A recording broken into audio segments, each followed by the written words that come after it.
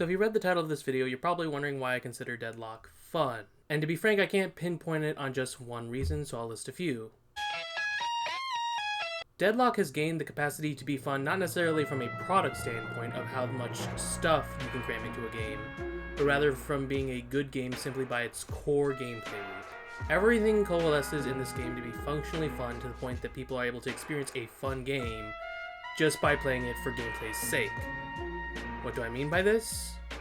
Well, as of the early development testing period, there is no loot boxes, no battle pass, no microtransactions, no progression systems, no cosmetics, no in-game account-wide bonuses, nothing to promote the direct initiation with the game. It's all just gameplay. And that might not seem like a big deal, but given the current trend of gaming where games come out of the gate to have things like in-game cosmetics, microtransactions, battle passes, etc., it's kind of a big deal. You see, I've been invited into the testing period since around August 18th, 2025, a good 6 months before I actually played the game. There was no incentive to really try the game other than to try the game. But now that I've tried the game, I am now officially hooked. And it's all because of how the game plays at a conceptual level. What do I mean by this? How can a game be fun without any direct rewards? Because the gameplay itself is the reward. Dad, when do we get to the ride? This is the ride! Yippee! I'm going to take a page out of the book The Art of Game Design, which, to paraphrase, talks about how games act as a medium for an experience to be had. You don't play a game for the game, you play the game for the experience you can have with it. If you fail at giving a good experience, you fail at making a good game.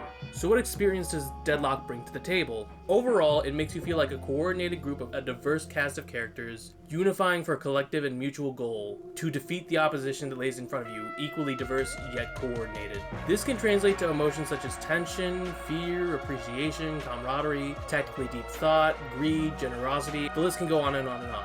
The idea is that you can feel a lot of things in a match, and regardless of the outcome, you want to requeue because you want to feel all of that and more again. It's already been said by many other people in other videos, but characters are sort of the oil that keeps the machine of the game running. Valve has always been great with character design and writing, so there's no surprise when both character designs and writing are making great strides now that they've returned. There have been ample times where I would just watch lone videos that are just of only dialogue between the characters, where they're interacting with one another, and they're always great to listen to. Additionally, each character has some form of a backstory that lists some of their motives for being in the game's current setting. As to the setting itself, it seems to take place in an alternate reality of New York where magic is real and the two warring factions are eldritch patrons, able to grant wishes to anyone who assists them in taking out the opposing patron. Is this the full story? Probably not, considering I barely looked into the lore itself, and also it still has not reached an open beta, so I'm doubtful, but I'm digressing.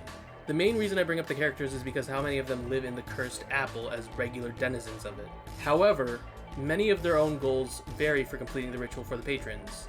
As a result, there's this deeper sense of culture for each character in the game. Some look scary, but are generous and kind souls underneath. Bebop is using the wish to cure his mom of her illness. Some are courteous, but are actually horrific people. The doorman seems like a regular person, but is actually some sort of lesser cosmic being that used to derive glee from slaughtering humans. And some are what you expect them to be, which is honestly nice in a sea of nuance, because Lash is indeed just an asshole. Calling it a MOBA feels almost like an insult to the validity of the game, both in its culture, experience, and most importantly, its ability to be fun. Every time I've tried to open up something like League of Legends, it's been a major pain in the ass just to understand the deeper mechanics of the game, just for the sake so that I can play with friends. I always find myself flabbergasted at the barriers of entry, not only as to skill level, but also as to the quality of life issues. And in Deadlock's favor, they have solved some of those quality of life barriers. Terminology can be a barrier of entry. In games like League of Legends, there are terms like AP, ADC, jungle, etc., without direct and inherent in-game correlation to what those terms mean on a fundamental level. And while terms do exist in Deadlock, they've been simplified for a greater ease of access. Deadlock has solved the biggest issue with 3 major damage types that make up the game so far: magic stuff, gun stuff, and melee stuff. Everything universally falls into these categories, and I found that it rarely breaches these contractual terms. Comprehension can also be a barrier of entry. Something that I've struggled to comprehend from a top-down perspective is the gauging of distance. For many experienced people who have played a top-down MOBA, they might have a good understanding of what abilities work under certain distances. If you're like me who haven't memorized all the nuance of that comes with each hero in a MOBA, you will have zero comprehension of what that entails. Deadlock gives a unique solution to this issue by simply having a third dimension. And this third dimension gives a new and grand solution to new players when faced with the problem of the inability to judge distances.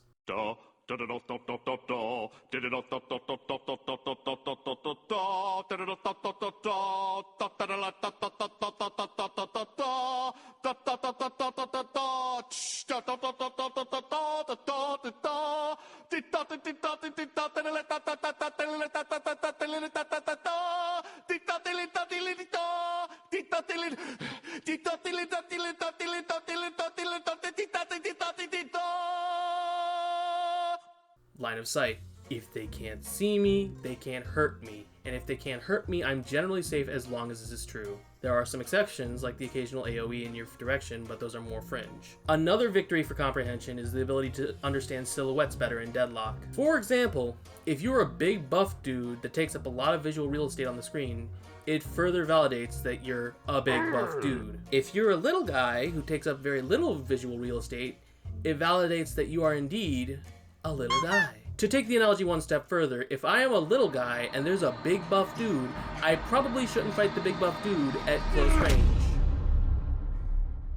Just a thought. Onboarding for this game should also be a new standard, in my opinion. There is the benefit that the entire setup of the game's lobby is based as if you're playing as the characters for most of the time you're playing the game. This, with the added benefit of being able to literally walk around into a little testing grounds for the characters and abilities, makes it much easier for someone to learn the functionality of the game on a more naturalistic level. I don't have to spend the time like I'm in a game of League.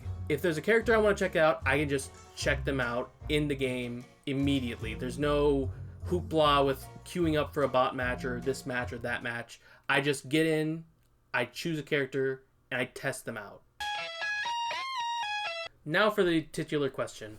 Should you try Deadlock? I'm not going to make a universal statement to say that everyone should play it simply on the merit that it's a great game. Elden Ring is a great game, but I don't particularly enjoy it enough to finish it right now. But I will make the universal statement that you should at least try Deadlock, as it has the capacity to be enjoyable for you, the viewer. Why do I say this? Because Deadlock is a MOBA, and I don't like MOBAs. I have tried time and time and time again to get into MOBAs, just so that I can understand the great experience and enjoy it with friends. And every time I play, it ends in a lack of enjoyment, disappointment, and frustration with myself, the game, and those around me who play it. I've played Smite, I didn't get it. I played Heroes of the Storm, I didn't get it. I played Gigantic, another 3D MOBA, and I still didn't get it. According to the site Wasted on League of Legends, I've spent 110 hours on League of Legends, and I can say without a shadow of a doubt that it is one of the most sunk cost fallacy driven video games I have ever experienced. There is nothing good to garner from League of Legends other than Arcane, and that is only because Arcane was made by an out-of-house animation studio that partially changed certain canons within the League of Legends lore. Even then, we'll never get anything like Arcane again, because it didn't even make back the costs of production. You don't understand how much I especially hate League of Legends, and the greater idea of Riot Games as developers. Every time I attempt to play with friends, they would goad me out of playing League of Legends, simply because they acknowledge that it's not a fun game for beginners, and that they only play it because it's a shared experience for many of them. There have been moments where they elaborate that to get to the level of enjoyment that they get, I would have to commit to the equivalent experience of pulling teeth. What foul game requires the type of experience ad nauseum as a prerequisite just for enjoyment? FromSoft games may have gritty sense of weight baked into the combat and gameplay, but still feels rewarding after you make progress by killing a certain boss or reaching a bonfire. I have never won a game of League and felt experience of, wow, I did really good that game! The game is a pile of trash with zero sense of direction, conveyance, and grace for the player. You cannot just walk into a game of League and expect to have fun as a new player. It is impossible. Deadlock is the first MOBA I have genuinely enjoyed alone. I have played Deadlock on my own, without any immediate fear or need to queue up with friends. I have experienced the game with complete strangers for multiple games now, and I'm actually doing this thing called having fun and enjoying myself with a multiplayer video game. This is a wild concept for me particularly, simply because I am not one to play games in a group setting with strangers, due to me being very asocial on average and antisocial at worst. But this game has actually given me an opportunity to interact in small, bite-sized amounts in ways I would never do in past games that tried to promote this sense of team camaraderie. The best that did this so far was Overwatch. Like, original Overwatch. Like, pre-Overwatch 2 Overwatch. And that was a long time ago. Like 2016 to be exact. Deadlock gives this similar experience that I've had when original Overwatch came out, where it felt like being a team came first and winning came second. Where although you had roles and systems in place, it was up to the players to act upon them and assume what would be best. There's no such thing as role queue or even subcategories of those roles. It was very free flow with what you could do and how you could do it. I feel a lot of what I missed it communally with Overwatch is reprising itself in Deadlock. With Deadlock, I feel like I have an initiative to help the team on a deeper level other than just doing my role. I felt like I've been actually contributing with people rather than just giving in this sense of being alone around people. A sort of public isolation. And that gives me an inherent desire to improve, not just for playing the game, but to truly be enthralled with the experience itself. Deadlock is hitting the nail on the head with a lot of good things, from balancing player-centric agency, while incorporating the need for community and compromise, to giving a sense of leeway and grace for new players who just want to start picking up and understanding the game on a fundamental level. It's still in early development at the time I'm writing this script, but that being said, it feels like Valve is crafting something that is going to be huge, elaborate, and yet accessible. Something that is going to be established as Team Fortress 2 with the depth of something maybe like closer to Dota 2. I don't want you to try Deadlock because it's good. It's obvious it's good. Shit. Most of the video is telling you about how it's good. I want you to try Deadlock because it has the capacity to be enjoyable to someone who has had MOBAs as a genre fail him. I want you to try Deadlock because it genuinely makes me want to show players and developers alike that this should be the new standard. I want you to try Deadlock because it might be a great amount of fun.